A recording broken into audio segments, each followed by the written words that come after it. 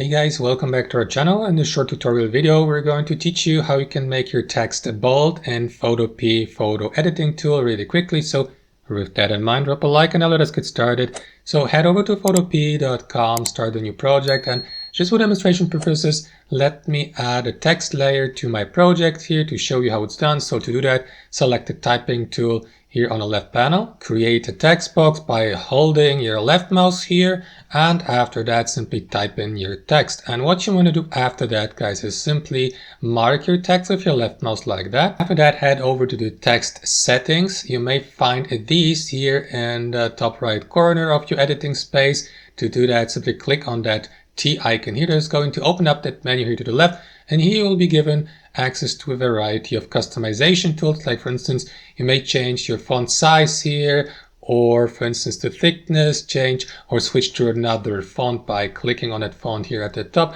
And here below you will see these options. So if you click on that letter here, your text will be converted into bold text, here into an italic, here into all caps, and so on and so forth, guys. So that's how you make your text bold in Photopea. Thanks for watching and have a wonderful day.